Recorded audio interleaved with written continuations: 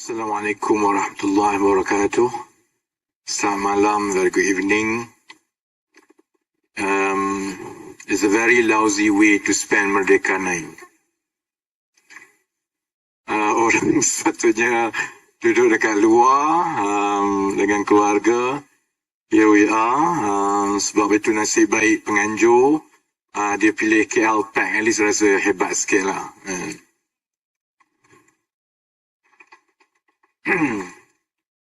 Saya tidak ada masa yang panjang sangatlah dan saya tak fikir kita nak sebut pasal dasar dan sebagainya sampai midnight dan sebagainya. I think it's a start kan. Tujuan saya dengan sahabat-sahabat Izzah, dengan Nick tadi, Likang, Saudara Zahir, Saudara Manivanan, Saudara Cincong dan ramai lagi volunteer yang lain. Tujuan kita utarakan pendekatan ini ialah kerana politik has become so toxic in this country.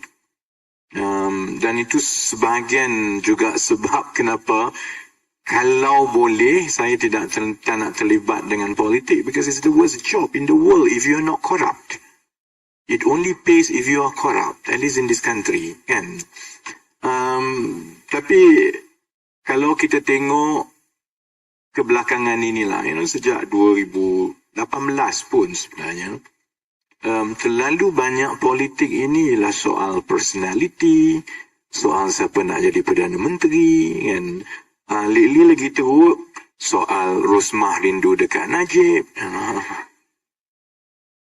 We have problems, my friend.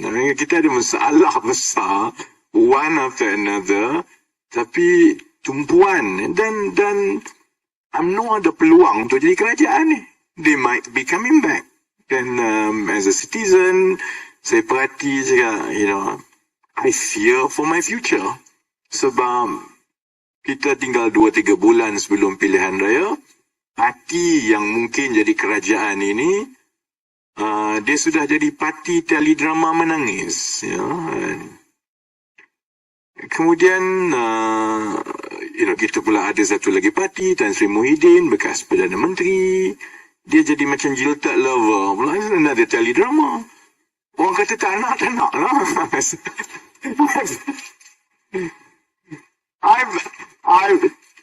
We have moved on, kan? Kita dah moved on. Tak apalah, dah break out lah. Apa nak susah, ya, kan? I mean, jokes aside, kan?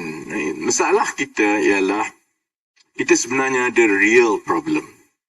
Dan selain pada saya yang have a fulfilling 4 years out of politik, hidup seperti saudara-saudari macam biasa, kena bayar kaki tangan, terpaksa build my own startup from scratch, faham macam mana, cuba, then you have to expand, scale up dekat Singapore, dekat Indonesia.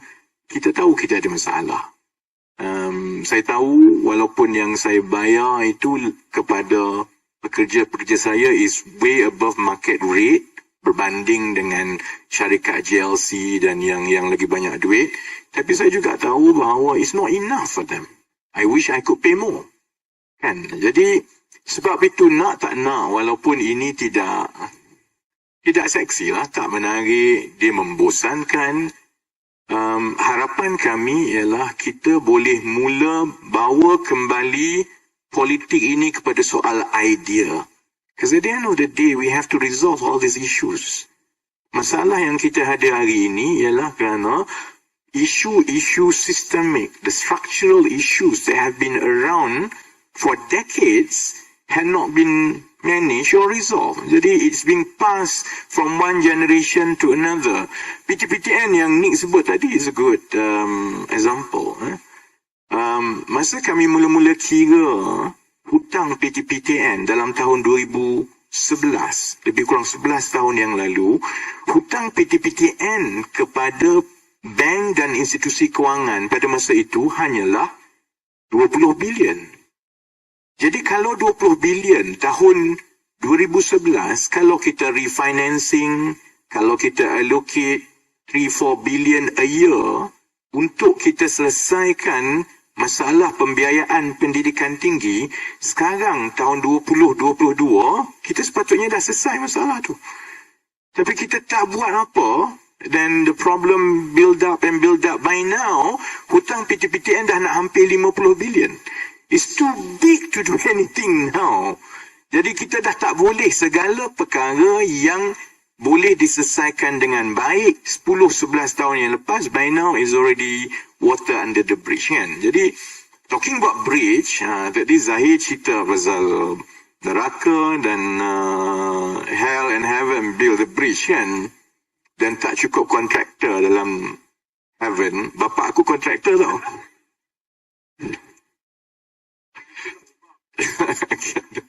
I hope lah bapak aku ada kat yang sebelah syurga lah kan. Jadi sebab itu walaupun mungkin ini hanya untuk golongan tertentu yang nak tahu macam mana, what exactly is our plan.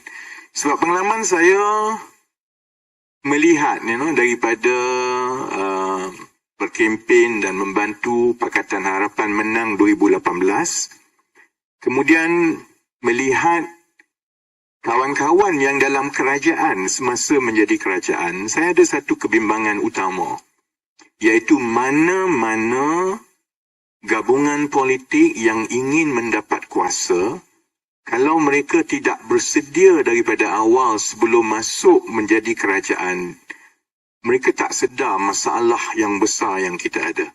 And they might not be fully prepared. We've learned the lesson.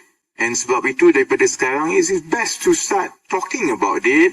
Jadi kerajaan ke tidak, I think that's God's plan. It's beyond, it's not in our realm to tell. We should just try our best. Tapi paling kurang, kalau ditakdirkan Pakatan Harapan menang, paling kurang kita tahu apa yang perlu dibuat.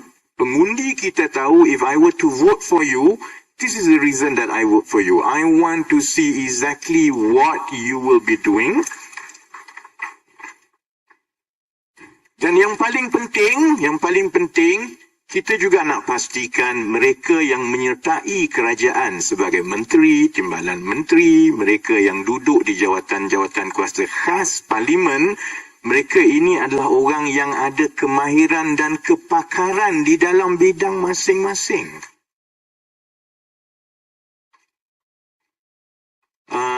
Proses ini akan ambil masa yang panjang. Saya tak tahu kita sempat ke tidak untuk pilihan raya umum akan datang. Tapi apa yang kita buat malam ini, kita akan juga turun ke bandar-bandar lain dengan kumpulan-kumpulan lain. Because we have to bring back the politic of ideas to the mainstream. Supaya ahli politik ini, at least orang pandang ada akal sikit lah. Otherwise, malu kita orang jadi ahli politik. So that people know sebenarnya ahli politik deserve to be given a chance to do something because they have proven themselves. At least they have an idea. And baik. So let's start, tadi baru awal, belum start lagi. This is a start. Tak balik lah korang malam ni. So we have to vacate by 11:30, so I cannot drag anyway kan. Tadi Izzah mula just to give a broad perspective. Kemudian setiap seorang mereka telah bekerja dengan kumpulan-kumpulan sukarelawan yang datang dengan kepakaran masing-masing. Kita kena saring dan kita kena baiki lagi supaya kita boleh sampaikan kepada orang ramai di luar sebenarnya apa yang kita perlu buat. Okay, baik.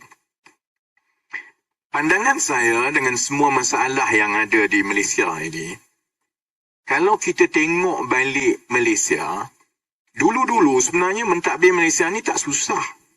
Sebab Malaysia ni kaya. Dia seolah-olah kalau kita lihat satu syarikat itu cash rich, dia ada produk yang bagus, jadi tak susah sangat sebenarnya untuk mentadbir Malaysia dulu. Asalkan kerajaan itu boleh bagi hala tuju, macam mana negara dan ekonomi, pastikan infrastruktur, pastikan capacity building itu ada, maka ekonomi boleh berkembang. And that's exactly what Malaysia was in the 60s, 70s, 80s and 90s. Sebab itu kita boleh survive dengan 3 perkara utama saja. Dengan segala corruption dan segala masalah, over the years, perlahan demi perlahan, kita ada degradation, a decline in almost everything that we do. But we survived. Sebab itu kita boleh survive dengan kelapa sawit, kita boleh survive dengan oil and gas, dan kita boleh survive dengan manufacturing. Tapi saudara-saudari yang menguruskan mana-mana organisasi juga tahu bahawa kalaupun kita bermula dengan syarikat yang paling besar, paling kaya, the best product, if it's not managed properly, dia akan hilang competitive edge dia. Dia telah berlaku kepada Kodak, dia dah berlaku kepada banyak syarikat, any organisation in the world. Sebab itu masalah yang sama juga berlaku kepada Malaysia. Kerana kita membiarkan a systemic decline over decades. Selepas economic crisis 97, keadaan kita makin terancam sebab orang lain is catching up because competition is dynamic. Kita bukan berada di tempat yang sama sampai bila-bila. Sementara kita duk bergaduh soal kucing, soal kafe, soal Starbucks semua ni. Vietnam is coming, Philippines, well not Vietnam is coming, Vietnam has overtaken us. Philippines, I think, by GDP, has overtaken us. Kan, jadi, dan keadaan ini makin teruk dan makin teruk because things are not static, kan. Jadi semua, saya tak payah terangkan pasal kita dah hilang competitive edge dan sebagainya. Cuma yang saya paling bimbang, growing up in the 80s, kemudian 90s, kemudian saya ada peluang macam Nick, kami belajar di luar negara. In my case, saya kerja di luar negara. You know, I started my career in London, working in different groups of people. Kemudian, saya ada pengalaman bertuah juga, ada pengalaman yang besar dalam industri yang besar. Satu benda yang saya paling bimbang sekali, kita terjerat dalam satu budaya, iaitu mediocrity. Budaya cukup makan. Yang itu paling berbahaya saya tengok. Sebab kalau dulu cukup makan tak apa sebab kita kaya. Jadi kalau cukup makan pun kita ada banyak rizab yang boleh membantu kita walaupun kita ni berlari tak jauh mana sangat. Tapi dalam keadaan segala-galanya makin teruk seperti sekarang, budaya cukup makan ini akan menyebabkan kita akan dipotong oleh semua pesaing-pesaing yang lain. And that's exactly where we are now. Kalau kita tengok 10 tahun yang dahulu, kita menunggu pembantu rumah daripada Indonesia. Sekarang Indonesia beritahu, tough luck, saya tak nak pergi ke Malaysia, saya prefer pergi ke tempat lain. So, kita pula kena minta, boleh tolonglah datang kat Malaysia. And so, budaya mediocrity ini yang sesuatu yang kalau kita tidak selesaikan dengan lebih baik, maka dia akan ada kesan-kesan yang panjang. Baik. Sejak 2008, apabila berlaku perubahan politik, kemudian dia sampai memuncak kepada 2018, setiap kali kita bercakap tentang dasar, setiap kali kita bercakap kalau pakatan alternatif membentuk kerajaan, apa you nak buat? Sebelum ini, hampir semua soal dasar ini revolves around institutional reform. Sebab itu kalau ada orang tanya saya, kenapa kamu dan kawan-kawan hanya tumpukan kepada 5 teras ni? You tak nak perbaiki corruption ke? You tak nak selesaikan isu pecah amanah, salah guna kuasa, rasuah dan lain-lain. That's given. That's given sebenarnya. Kita tidak ada pilihan pun. Apa yang kita buat is given, kita kena buat institutional reform. Malah dengan rakyat dan masyarakat, saya ingat daripada saya, Izzah, Likang semua mula-mula dulu buat 20 years plus, nak yakinkan pengundi pasal rasuah pun susah. Sebab dulu jawapan orang, tak apalah dia ambil rasuah, paling kurang dia Melayu. Dulu saya ingat. Sebab itu saya suka fokus cerita-cerita lembu dalam kondo lah, kapal lah. Sebab saya ingat betapa susahnya nak meyakinkan pengundi rasuah ni teruk. You have to reject corruption, kan? Tapi saya ingat sekarang ni orang semua faham. Rasuah orang faham, 1MDB yang kompleks pun orang faham, kan? Jadi it's given that kalau ada pertukaran kerajaan, institutional reforms have to proceed. In fact, at a greater pace than what we have now. Bukan saja soal rasuah. Jadi perkara-perkara yang perlu dibuat untuk memperketatkan lagi tata kelola check and balance dalam kerajaan ni, kita semua dah biasa. Ketua Pesuruhjaya SPRM contohnya mesti dilantik dan bertanggungjawab kepada Parlimen. Kemudian contohnya punca dan asal undang-undang bagi saya perlu berubah daripada 100% datang daripada kerajaan. Sekarang ini semua akta dan undang-undang yang diperkenalkan itu puncanya datang daripada eksekutif di Putrajaya.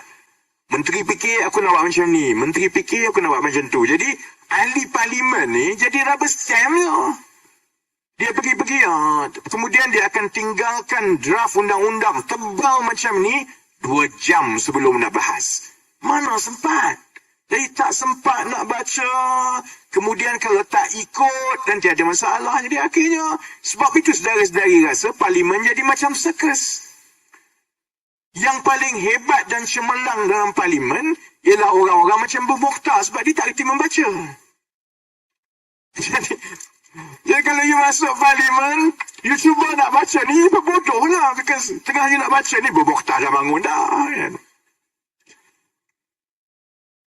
Perkara yang kita belum buat ialah kalau betul ada pengasingan kuasa bahawa kehakiman itu bebas, check and balance.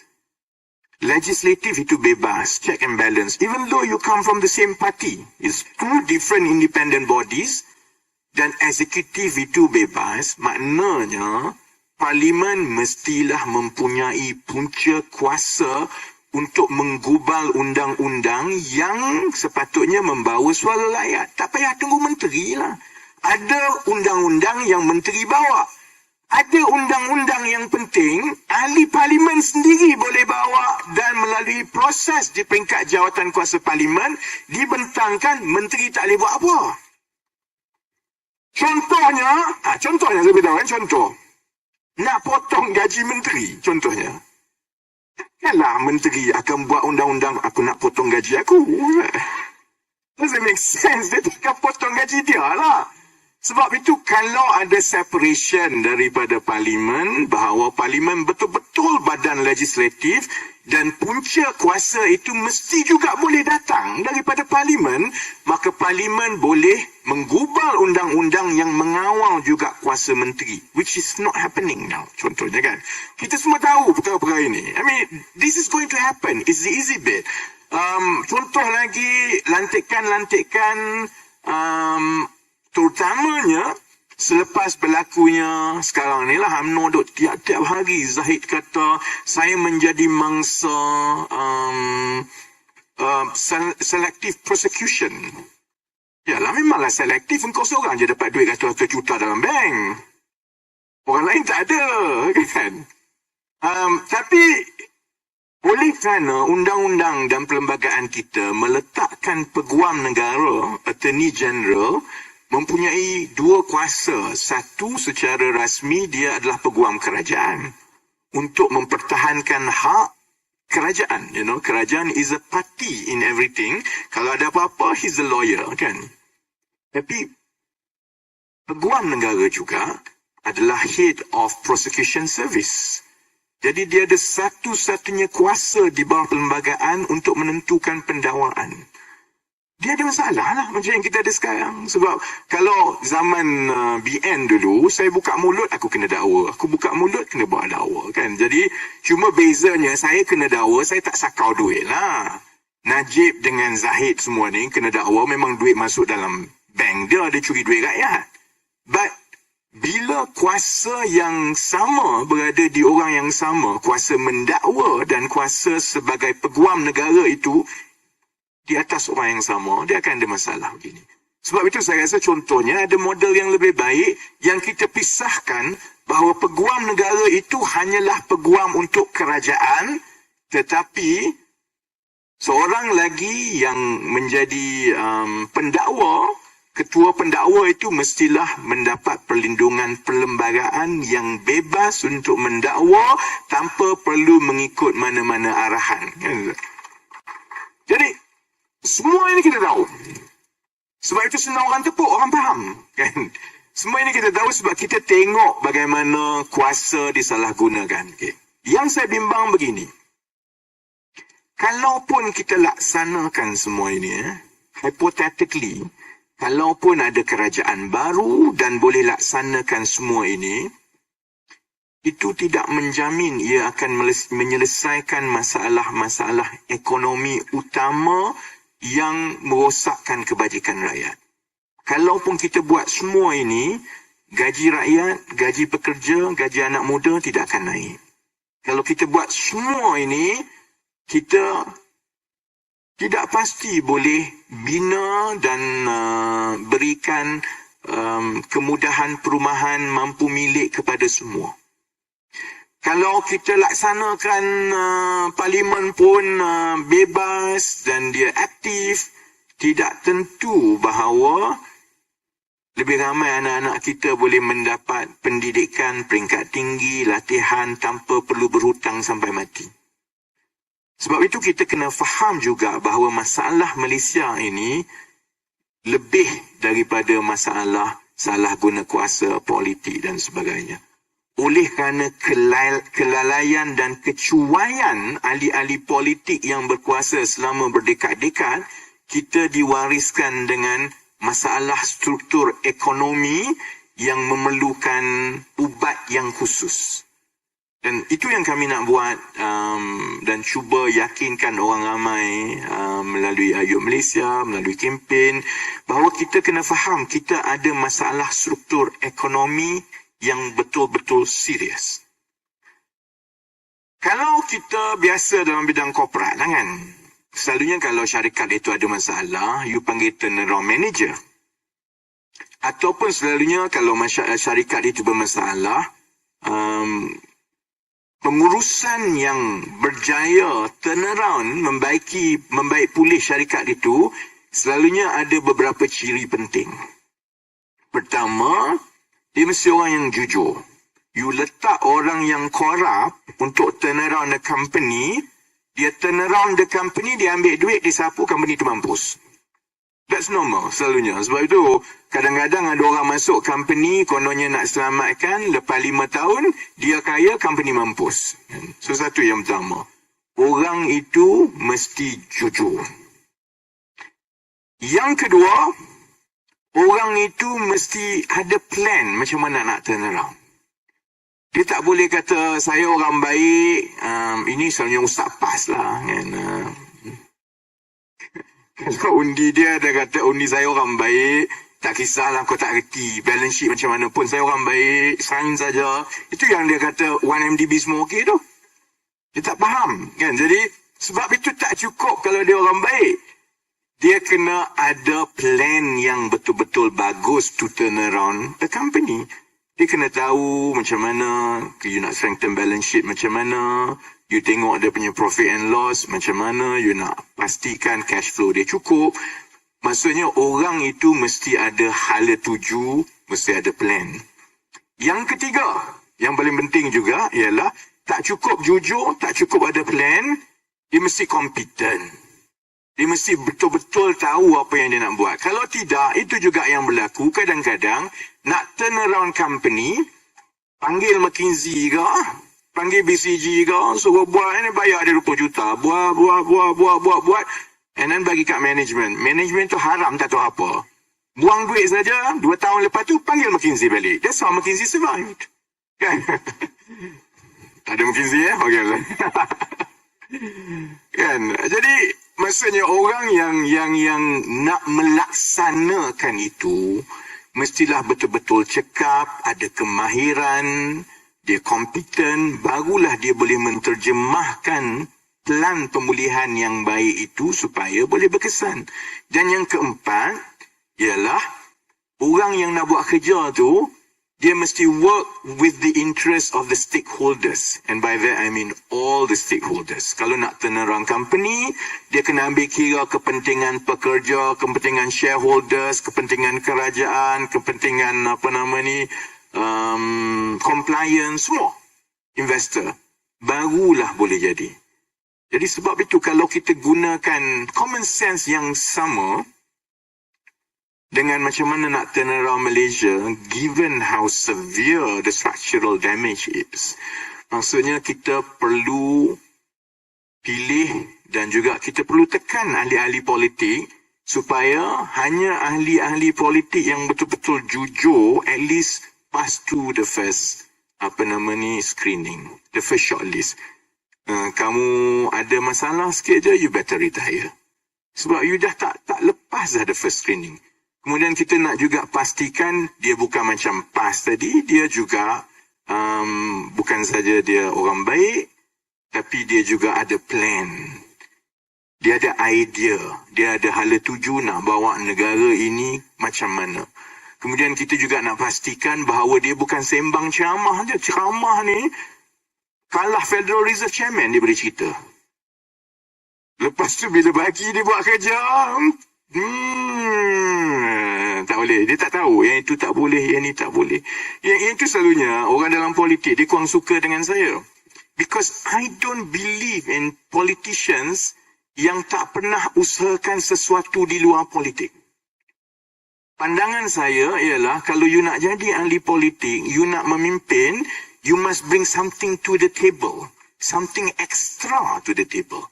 Sebab tu masing-masing yang ada ni semua ada something else. They work on their NGOs, they work on their specific projects. Saya tahu Likang ada kebun vanila. Dia juga toke vanila lah. Kecil-kecil saja kan. Saya tahu Zahir is a senior corporate figure in construction and engineering company. Jadi setiap seorang bagi saya, if you want to do something and to be effective, dia tidak cukup dengan hanya idea. You must have the delivery capacity. Kerana bila jadi kerajaan, kita mungkin ada idea yang baik, tapi kalau tidak boleh menguruskan seluruh pasukan kerajaan, termasuklah juga dengan penjawat-penjawat awam. You must be able to work with them in order to deliver and implement our plans. Jadi kalau orang tu tak pernah contohnya menguruskan pasukan, menguruskan organisasi, dia ada masalah. Sebab itu kali ini, and in the future, we have to make sure that not only they are sincere, not only that they have idea, they also have delivery capacity. And when they work with all the stakeholders, including the rakyat, including the people they have to work with in the public sector to deliver this. Sebab itu then, with all this in mind, bila kami fikir, kalau kita nak kembalikan minat rakyat kepada soal dasar, soal idea, apa perkara yang kita boleh buat? Kalau kita tumpukan kepada buku manifesto, dah lama ahli kata manifesto bukan kitab kan? So it's become a swear word now. Kalau you nak tumpu kepada manifesto saja, it's like ada interest yang agak kurang sedikit dengan soal manifesto semua. Saya faham kalau orang rasa been there done that before. Kan? Jadi bila kita bincang bukan saja dengan sesama kami, tapi juga dengan sukarelawan, dengan experts, perkara yang paling baik ialah kalau kita boleh cari pendekatan-pendekatan yang boleh menyelesaikan ada serampang dua mata, killing two birds with one stone. Maksudnya, kalau kita tumpu kepada beberapa perkara tertentu, kita boleh menyelesaikan masalah rakyat. Rakyat boleh rasa ada kesan yang ketara, so that you get their buy-in very quickly because their livelihood gets better in a short time. Pada masa yang sama, dia juga menyelesaikan masalah struktur. Kan? Dan apa masalah struktur kita? Masalah struktur kita masalah cukup makan lah. Kerana kita sudah sampai ke peringkat yang mana kita sudah hilang hampir semua competitive advantage kita. Sumber alam, we are running out. Kan, minyak, gas wouldn't be long. I don't know what's the reserve now. Mungkin ada orang Petronas, I don't know what's the reserve now, 20 years. Tapi kalau banyak minyak pun, kalau Petronas setiap tahun kena bayar 50 bilion macam tahun ni, mampu je kat Petronas. So, that's running out. Palm oil is no longer sustainable. Dalam keadaan yang we have to shift to food production more important than commodity crop. Kemudian manufacturing, kita juga ketinggalan kerana kita punya labor cost base kita terlalu tinggi dah. Jadi kalau saya jadi pelabur, if I'm an investor kan, saya nak buka, apalah aku buka dekat Malaysia, mahal. I'm better off buka dekat Vietnam because lagi murah. I'm better off buka dekat Indonesia. We are trapped tau. Jadi kita ni macam apa? Alamak, aku nak bagi contoh apa yang tak menyakitkan hati orang I'll think about that later. Jadi, when you are trapped, kan, you are neither here nor there. Jadi, kita ada masalah. That's why yang paling penting ialah macam mana kita boleh lonjakkan sektor ekonomi kita supaya yang rakyat biasa ini dapat merasa gaji itu naik setara dengan kenaikan harga barang. Because that's actually the bread and butter crux of the problem in this country. Gaji naik tiap-tiap tahun 2%, 3%. Kalau bernasib baiklah kan, generally. Real inflation naik dalam 10%, 8%. Itu tak campur imported inflation lagi tu. Sebab kita banyak sangat import barang makanan dalam keadaan mata wang kita rendah. Jadi, hampir majoriti rakyat Malaysia ni sebenarnya gaji dia tiap-tiap tahun makin rendah. Jadi kalau you dapat 5,000, kemudian you dapat 5,200 the next year, and dulu 5,000 boleh beli certain things. 5,200 lepas tu, most probably you have to cut off your Starbucks lah. Tak mampu dah. Ke Starbucks dah yang tinggi dah. Kan? Jadi, actually that's the real issue. Marilah kerajaan macam mana pun, kerajaan yang boleh menyelesaikan masalah itu, iaitu the mismatch between real earning, salary, dengan kenaikan harga barang, then you've done really well for the country, kan? Jadi, sebab itu bila kita bincangkan dan kita pilih 5 teras ini, ialah kerana pada pandangan kami, kalau kita fokus kepada 5 teras ini, dia serampang 2 mata. It will kill 2 birds with 1 stone. Pertama, dia akan ubah struktur ekonomi kita supaya kita move away daripada the tradition of palm oil, the tradition of oil and gas, dan juga manufacturing towards the higher value and technological content. Sebab itu kalau kita fokus kepada solar, dia bukan soal solar semata-mata, it is about creating and leapfrogging into a future industry yang kita boleh masih lagi ada peluang untuk berada di depan pesaing-pesaing di rantau ini. Because everyone is more or less at the same stage now when it comes to solar in this region. Kan? Sama juga bila kita kata pasal using IBS, modular, using industrialized technology untuk housing, dia bukan soal untuk menghasilkan perumahan yang murah semata-mata. It is about pushing our manufacturing capacity towards that supaya dengan economies of scale seperti Nick sebut tadi, dan economies of scale at the beginning selalunya hanya kerajaan yang boleh hasilkan.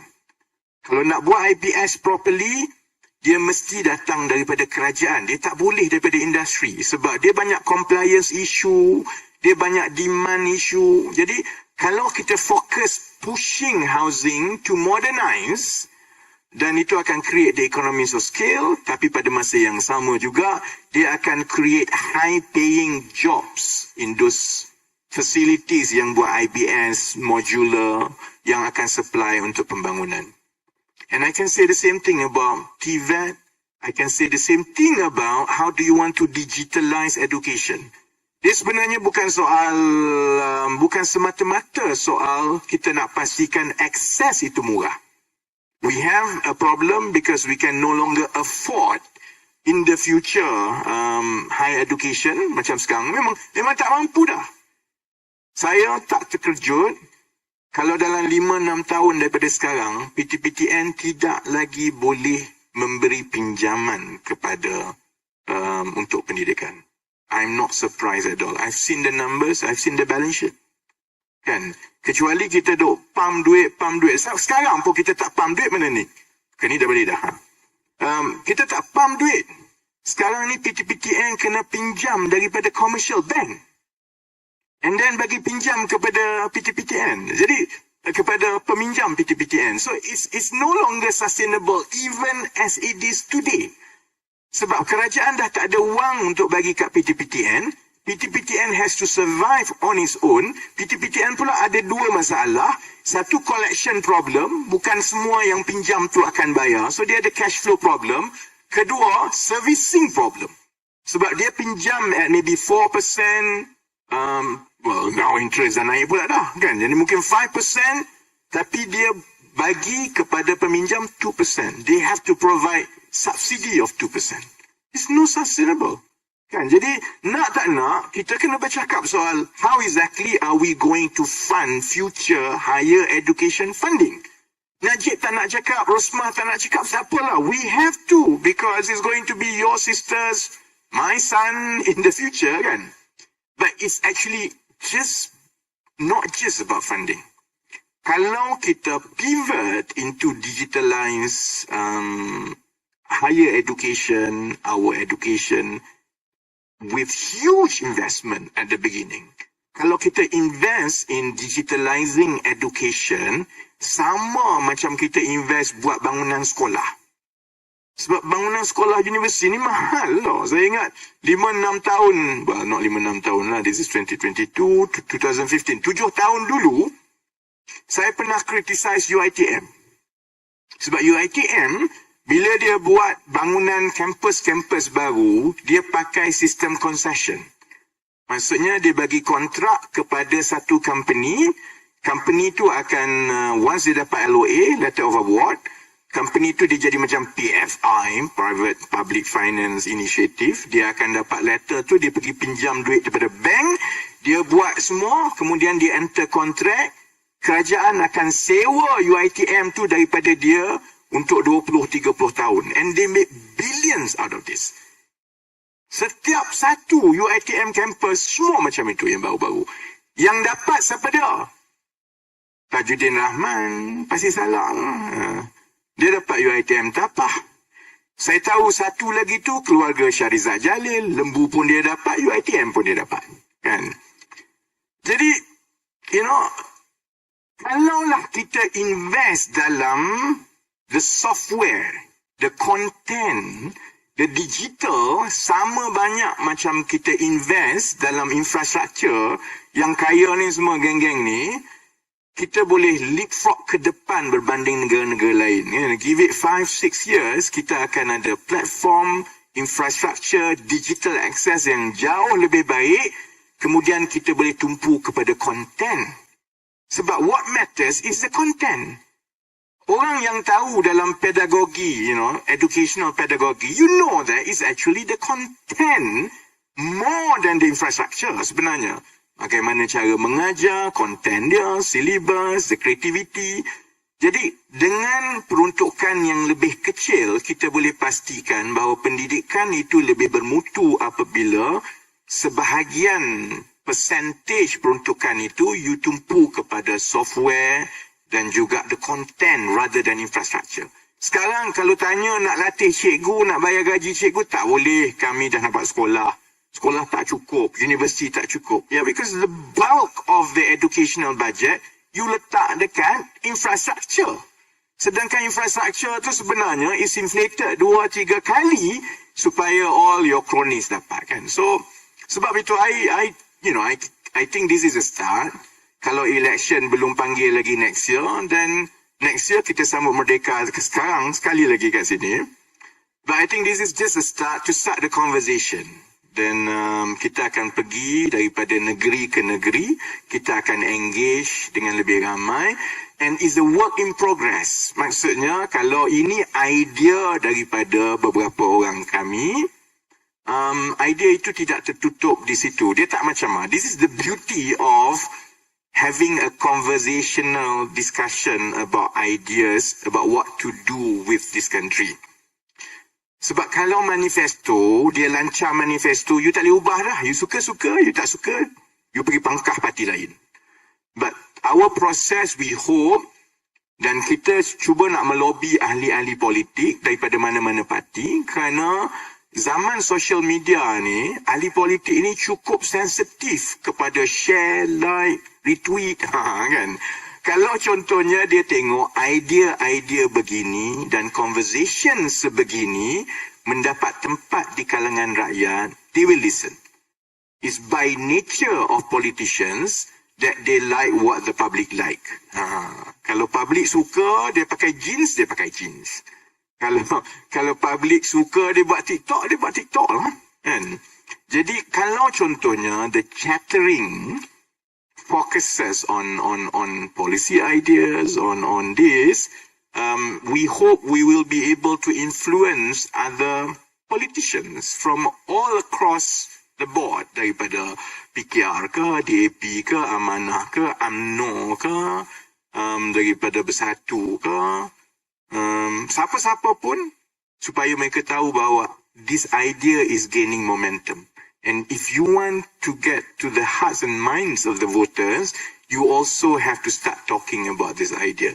And if you can achieve that dalam tempoh 5 bulan, 4 bulan daripada sekarang, at least I think we've done something quite good with our political scene. I mean, to me, saya tak adalah nak set, ayo Malaysia ni mesti menang pilihan raya ke apa. Actually, to me, it's a work in progress. Everything is a work in progress. Yang kami nak tumpukan dengan Ayo Malaysia ini will continue even after election. Kita nak mencerdikkan rakyat kita, especially yang muda-muda, for you to move beyond. Kita nak pastikan bahawa yang muda-muda faham that we deserve a better standard from our politician and public officials. It's not enough for them untuk bercakap, dia bersih, dia ni. It's not. We actually want to see them with ideas and we want to see them walk the talk. Kalau dia kata minat dia dalam solar, we actually want to see them go and do something about it. Supaya kita boleh yakin that when you have the opportunity, then you will be able to pull it off. That's our intention in Ayo Malaysia. It's not, sebab itu kalau orang tanya, kenapa PKR, kenapa DAP tak ada, keamanah tak ada? I mean, it's like, well, it's basically kumpulan magnet politician. Tak ramai orang nak join, kan? Izam may not agree lah kumpulan magnet ni, kan? But it's a difficult task to get politicians to commit to a higher standard in public life. And this is what we are trying to do. We are trying to compel politicians with your support that kita nak tengok lebih banyak idea, kita nak tengok less toxicity. We enjoy some of the ceramah, but I think we also need to engage on conversation like this from time to time, supaya people, the public, have the right to judge what exactly is your plan for the future. Jadi firework kami sediakan di luar. Tolong cari sendirilah. You should be able to see it somewhere. And jadi thank you very much for being here. Thanks for the support. I hope in our little own way, no matter how little it is, I hope we will be able to bring some little sanity to politics and makes it a bit more positive for everyone.